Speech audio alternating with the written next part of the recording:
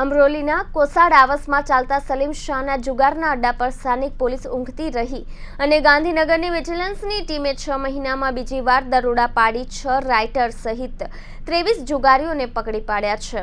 પકડાયેલા જુગારીઓ પાસેથી 47,360ની રોકડ, 18 મોબાઈલ, ₹78,000, 7 વાહનોના ₹2.45 લાખ સહિત 3.73 લાખનો મુદ્દામાલ કબજે કર્યો છે.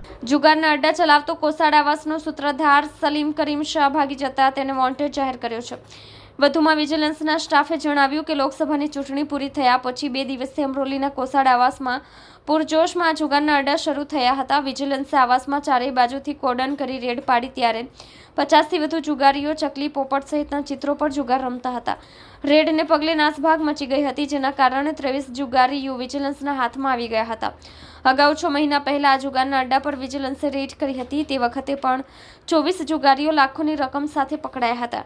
ગાંધીનગરથી વિજિલન્સે બીજી વાર ફરી વખત અમરોલીના કોસાડ આવાસમાં રેડ કરી છતાં જુગારના અડ્ડાની અમરોલી પોલીસને ખબર કેમ ન પડી તે તપાસનો વિષય છે. આ સાથે અમરોલી પોલીસ પણ શંકાના દાયરામાં આવી ગઈ છે.